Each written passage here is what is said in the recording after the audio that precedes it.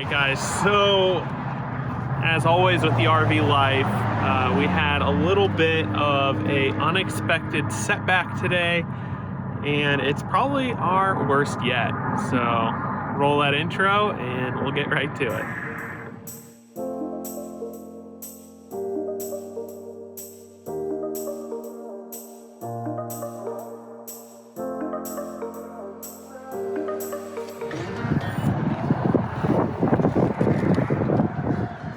So tires are generally not supposed to look like this.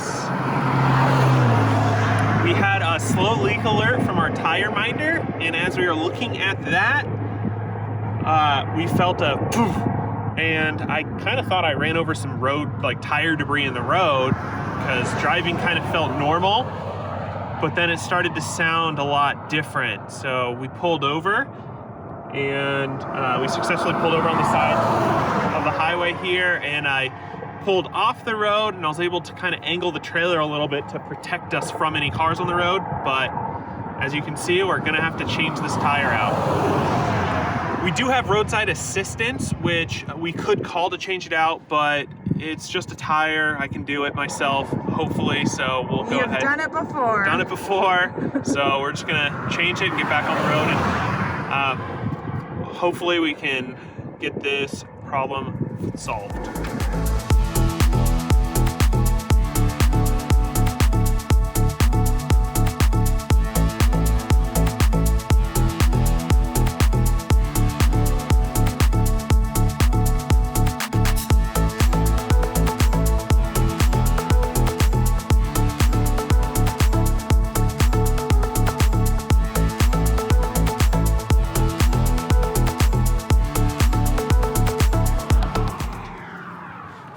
So I'm not seeing any additional areas of failure or like nails or anything. So I think that repair that we had done on this tire failed.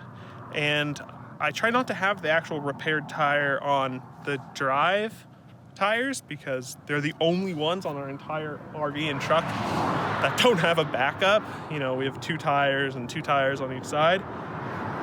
So I must have just rotated it and didn't think about it. Like they must have rotated them back up to the front. So that's something that I never thought about before, and will make sure that I remember to tell them if I ever have a tire that has a repair again to not put it on those drive tires.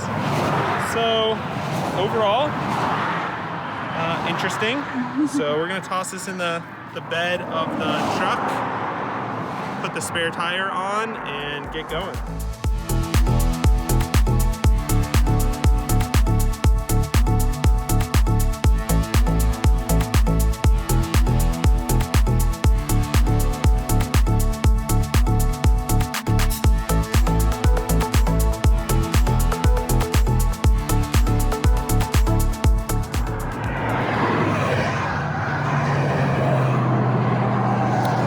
Use a little bit of air, I think. All right, so now we're road ready again. It wasn't that difficult, and I would say I would count us lucky because that is one of the worst tire blowouts we could have had. As I said before, the front tires don't have any sort of backup. So we're definitely going to take some lessons learned from this for ourselves, making sure that when our tires are rotated that we keep the damaged ones off the front. And as you can see, I took my hat off halfway through it because I do have a new Seahawks hat, and the number one way that I get them completely destroyed and dirty is by working on the truck. So yes, I'm glad I remembered before I started crawling around.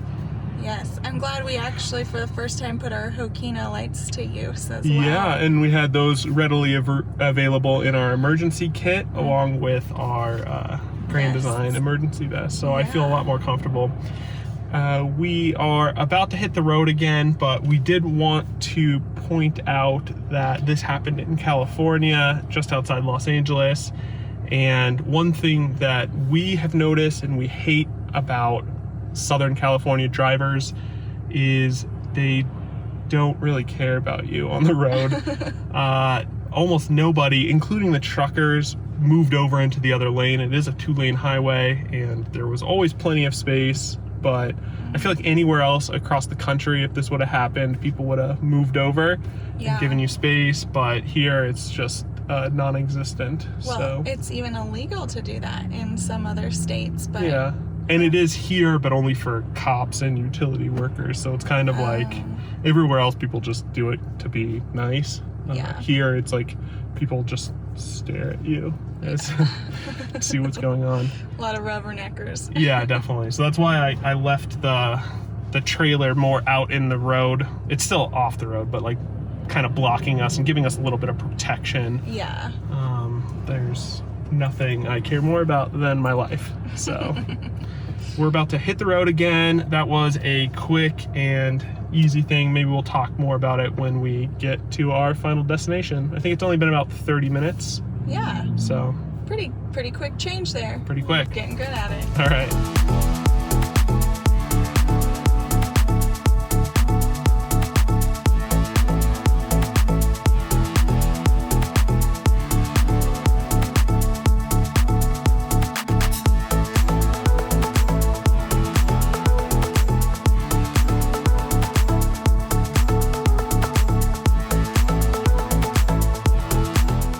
So we've safely made it to our RV site, and we just wanted to quickly mention a couple of the products that allowed us to quickly and easily and pretty stress-freely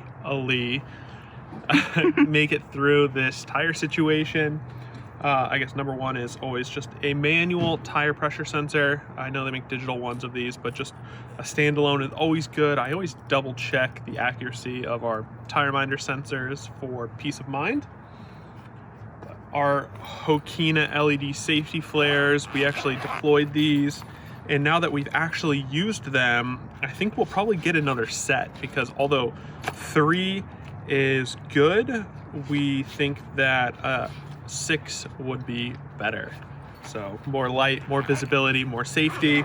Yes, they're magnetic too, so I stuck one to the bumper and then I put the other 2 like in the road, but 6 would be a little easier. And once again, our TireMinder that we had alert us, so we knew when we started hearing a weird thumping sound coming from the front tire, we knew exactly what it was within the 30 seconds after this started beeping and alerting us. So there was no freak out. It was like, oh, there's something wrong with the tire, and then thunk, thunk, thunk. Okay, so we were able to safely pull over. Visibility, just like the LED lights, the more visible you are, the safer you are. So this was definitely an added benefit. And then the remainder of the tools that we have for actually changing the tire. So our truck came with a bottle jack. I would like one that's a little bit bigger, but for space reasons and weight reasons, the one that comes with the truck is good enough to lift the truck up, which is what we need it to do. And it stores nicely in the place under the passenger seat. Our torque wrench, so we make sure our lug nuts got to the torque that they're spec'd at. And now that we've finished our drive, I'll probably double check that again to make sure that they're to spec.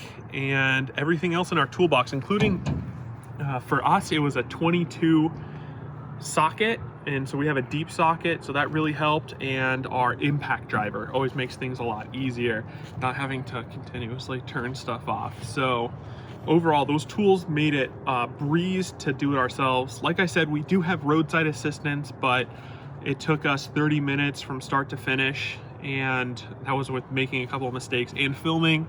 So I think it probably would have taken, I don't know, probably an hour for a guy to get out there, and then another 30 minutes for him to do the job. So we like to be as prepared as we can. So to make sure that you are prepared, we're gonna go and give you a couple more tips for tire safety. All right, so the tips that we follow, which is what I personally believe made this less of an issue than it could have been, are number one, to make sure that your tires are inflated to the right PSI. Using our TireMinder, we always look at that every morning, even when we're just driving the truck, and then before we head out when we're towing. number 2, make sure that you are loaded correctly. Don't overload the ratings for your tires. It's the same as your axles, the same as your GVWR, like your entire vehicle. Weight ratings matter, and so that's something that we check and make sure that we personally don't go over, and we shift things around quite a bit. And if you want to get your actual like tire ratings, you can go to something like an Escapers or an Escapees rally, and they have a smart weigh system where they'll weigh each individual tire to let you know what they are, and you'll be surprised about how much more one side of your RV or one side of your truck may weigh. I know our side, the driver's side, I think it weighs a little bit more than the passenger side. Yes, and make sure when you are buying new tires, if you're going with a different brand, make sure you're checking those weight ratings too, because you might actually be buying less than what you are used to. Yeah, absolutely. And same with the rims themselves. You need to make sure that those have the weight rating that matches what you're going to be putting on it. So in addition to load and temperature, you also want to make sure that you obey the speed rating of your tires. And for trailers, most of them is around 65, depending on what kind of tire you have. So you want to obey not only the speed limit while towing, but also the speed limit of your tires. So for us, because we're in California right now, the speed limit's actually 55. So we were definitely following that. And that brings us to the next other safety tip, is to remember to tow in the right lane. For us, this happened and we're able to easily maneuver into the side of the road that was safe. We didn't have to cross multiple lanes with a completely flat tire because we were on the right side. You can pass people, but then always try to get back over onto the right side of the road. And our final tip is to make sure that you rotate your tires. We don't rotate the tires on the trailer, but we do rotate the tires on the truck because we put a lot of miles on them. That, I think, is something that led to our failure today, just because I didn't think about rotating the tire that had the fix back up to the front. For safety's sake, we always like to put a damaged tire or repaired tire on the rear because there's a lot less of an issue there. Losing one of your drive tires, you have a little bit less control, absolutely. So make sure you keep up on the maintenance and keep your tires rotated. So we actually use Discount Tire, or in California it's called America Tire. And so when you buy your tires from them, this is not sponsored or anything, you get free rotations all over the United States, and they're everywhere, and they do a great job. They even are the ones that fixed this tire when we had an issue with it. And the other thing that I really like about them is they do have a roadside assistance program, which I've never used or looked into, but you also get a tire warranty. So I'm not stressing about this tire because I'm going to be able to take it back to them, and most likely they'll just completely replace it.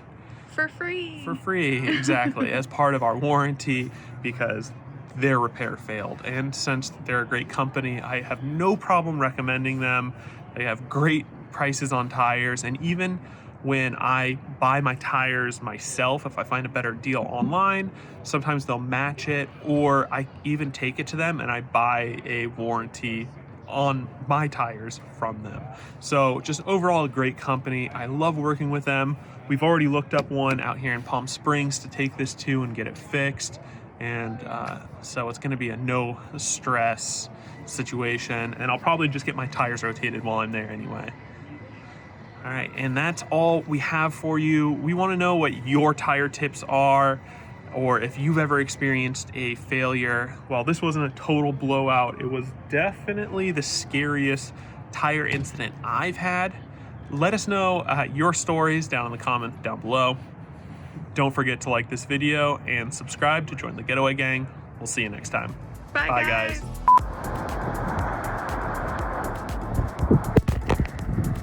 Less of an issue than it could have been, or what? My finger went in front of the lens. Sorry. Carmen?